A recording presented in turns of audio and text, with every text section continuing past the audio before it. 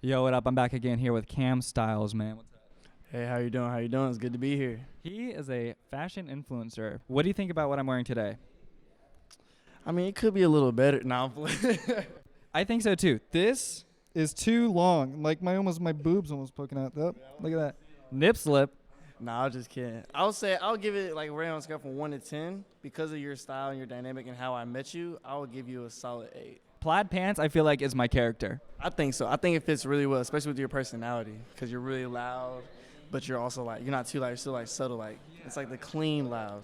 I appreciate that. I love fashion. I don't know fashion shit at all. I want to build better. How, like, is it expensive? Is it cheap? Do you think anyone with any dollar, like, can get into fashion?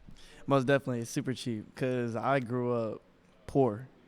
I started my page thrifting. If you go down to the bottom of my pages, I always tell people this on Instagram, TikTok, YouTube.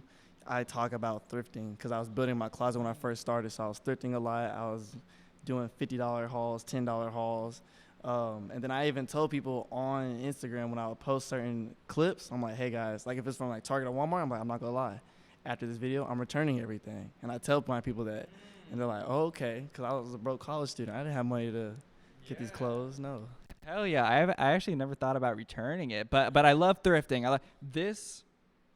None of this is thrifted, but I do love thrifting. I thought I was wearing something that could have been thrifted, but that's badass. The fact that you're able to like kind of help people navigate it, even that don't have money, is fucking awesome. I try to stay as real as I can to these people. I don't want to fake nothing. Do you think fashion is necessary for your self-image? If you met someone, like, do you judge them off of fashion, coming from a fashion influencer? Me personally, I don't judge someone off of what they wear. However, what they do wear will tell you about them as a person. Like you get to kind of play around and be like, okay, I bet he's wearing that, so I know he probably acts like this way. Okay, so I know how to navigate.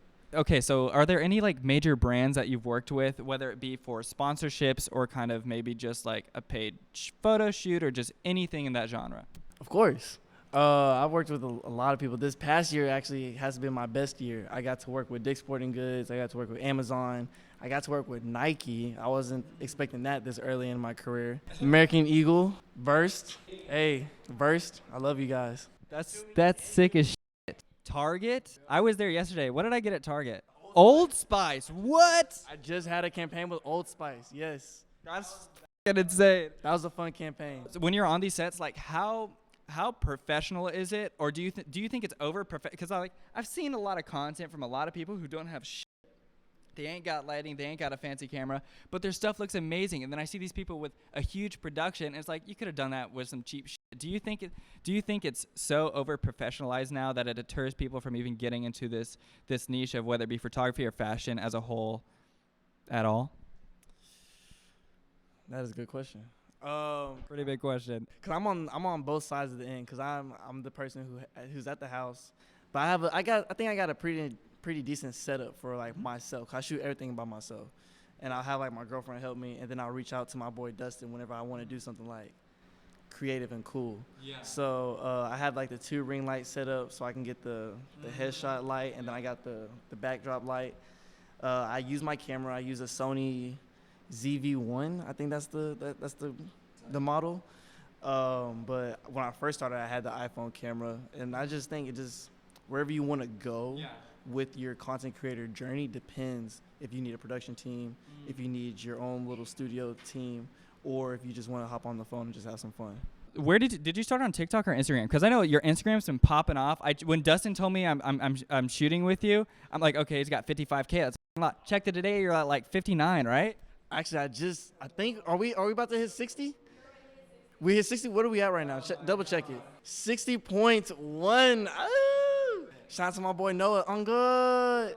61.4. It's like that's a radio station. I think I grew 1,000 just off of today. Really? It was at 60 this morning. Honestly, a lot of people don't know this. I started on Instagram first. So during the pandemic, I was like, I think I want to get into it, but I need to wake up my Instagram because my Instagram was dead. I was posting like once a month. Yeah. So I had a couple of my friends. I had one of my friends that's like familiar with cameras. I was like, hey bro, like I want to start this. I need some pictures. He's like, all right, bet. So we took some photos on Instagram. So I guess you can say I started there, but I get my main push from TikTok. TikTok, I feel that it's easier to build speed. I got up to like 10K, but then I fucking hated what I was creating. So I decided I'm just going to stop. But I learned a lot about the algorithm. When I first started, I was posting on Pinterest, Instagram, TikTok. I wasn't posting on YouTube. I was scared of it. But now I'm getting on there. I'm posting every day on YouTube for 3 months. So daily posting is definitely, you would say, helps a lot. Most definitely. You got to be consistent. You got to be passionate about it. Because don't forget, like, we have short-term memory now. Like, we have a short attention span now because of social media. So you got to post every day or people are going to forget about you. Is there anything you do on, whether it be Instagram, YouTube, whatever, any social media tactics you use to play into the fact that now us as humans are adapted to short-form content? Like, is there anything you do consciously while you're filming that it's like, within this many seconds, I need to capture them. I need to show them this. I'm going to jump cut this fast because it works with the algorithm. Do you use certain sounds? Like, what social media secrets do you have? Whenever you're first starting out, I definitely recommend hopping on trends and making sure you're using trending audios. Once you already have the audience, though, you don't really need to worry about the sounds just because your audience is going to push it out for you. Yeah. But for me, I try to keep my content a little imperfect, so then it like grabs people's eyes like, I have a cool fit, but my legs are ashy, you know, stuff like that. Yeah. And it's going to keep people on the video like, wait, hold on, this dude's ashy. Then he's going to comment, and your comment is actually pushing me out. So keep talking mess on my videos. I love it. I made a YouTube video, and the goal for this year, I think, is to hit 100K on Instagram. But I think it might happen a lot sooner. I hope. Reels have helped you, right? Yeah, Reels have helped me. If you look at my Instagram, my photos were a little bit boring. And then so me and Dustin took a trip to Colorado because I had this whole like self-reflection type deal with my content where I was just like, my stuff is boring. I need something more. You need to stand out. So I told Dustin, I was like, we need to take a trip. He's like, why? I was like, I can't be in Houston. I need to get my creative juices back to flowing. So where in Colorado? we went to Colorado Springs. Yeah, we went to Colorado Springs, got some pretty cool photos, and when I got back, I was on a creative high. I was just popping. The way that you approached it at first, obviously you've loved style probably throughout your entire life, right? You gotta love it. Did you approach it at first like you just love it so much that you couldn't help but make content to show off yourself, or did you think, I love doing this, I'm gonna take a business approach and eventually turn it into something that'll make me money? Not necessarily saying that money is the most important part, but you're definitely eyeing that, and you've been eyeing it, and you're taking these certain tactics to build it up into something bigger. I love your questions, man. And I love the way you're wording everything. Oh my gosh. I loved fashion, and that was my escape when I first started, because I was a Division I athlete. I ran track for like 10 years. But yeah, I ran track for 10 years. I went to college for it. I had a scholarship. I was in college, and I was also working. I pole vaulted. I was good as. You're ballsy. That's what that means. Yeah. Boing. The plaid pants. It says it all. That's what I'm saying. Yeah. That's what I'm saying. Plaid pants scream. He's pole. loud. Yes. So like at that time, I was like really tired of track. I didn't want to be in school. I was tired of college. Creating content was like my escape. Good. But I knew, I was like, I think I can make some money off of this. So my main goal was to use it as an escape. I was like, if I can start making money off of social media, I can quit track, because I had a scholarship. That was getting me through college. Yeah. I was like, and then if I get really successful out of it, I can drop out of college, you know? Yeah. So I was just like, Good let's just push. So I had the business mindset of it just to escape my normal routine that I didn't like, and just took it from there. So like Halloween is probably the best holiday. You like Halloween too, right? Of course. I mean, what do you like dressing up as the most? Myself. Now, here's what I've been thinking. I have been addicted to TikTok, obviously my short form brain now, as we all have. And then I got on Fortnite with some friends recently, just because they came back from college and were like, let's fucking hop on. I did, and then it was kind of like, okay, well now I'm playing for a longer period of time. I'm not on my phone. So I think that's rewiring my brain back to the way it should be while having fun and getting that big hammer that they added to the game for some reason. Those dopamine traits. Exactly. Social media, your brain's gonna say go to social media. But if you break the habit and go somewhere else where you're having fun, it's gonna redo your creative process. Do you think, to make myself look like less of a dweeb, I should cut the Fortnite part out? No. I have most of my best memories from college on Fortnite. Do you think like how if you were to, because this is your job right now, correct? Fucking amazing. That is the goal. I'm proud of you. That is the place to be. Dustin met me at my peak depression. I met him at my 9 to 5. Where? Nordstrom. Nordstrom. Holy shit. Do you think that you mentioned depression, being down, because I always like to think that the further you pull back a bow, the farther it'll shoot or whatever.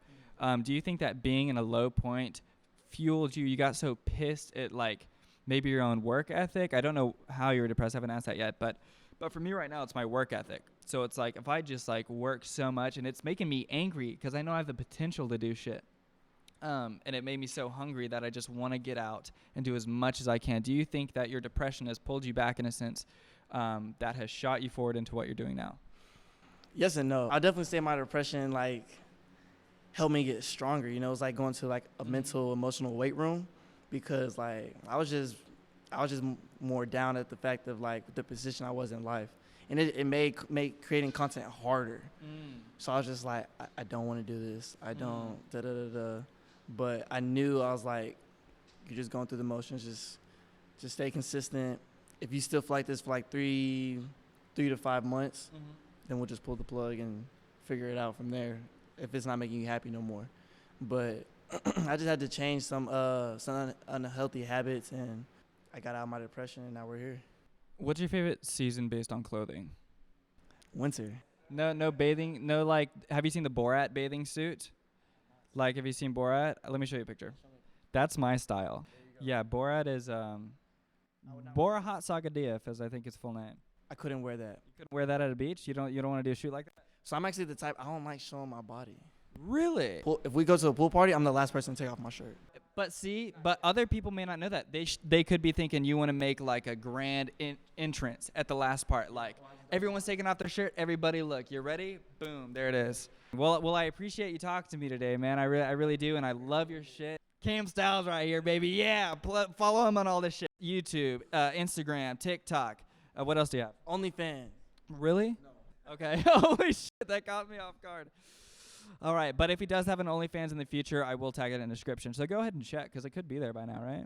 Yeah, maybe some money. Make some money, OnlyFans. All right, man.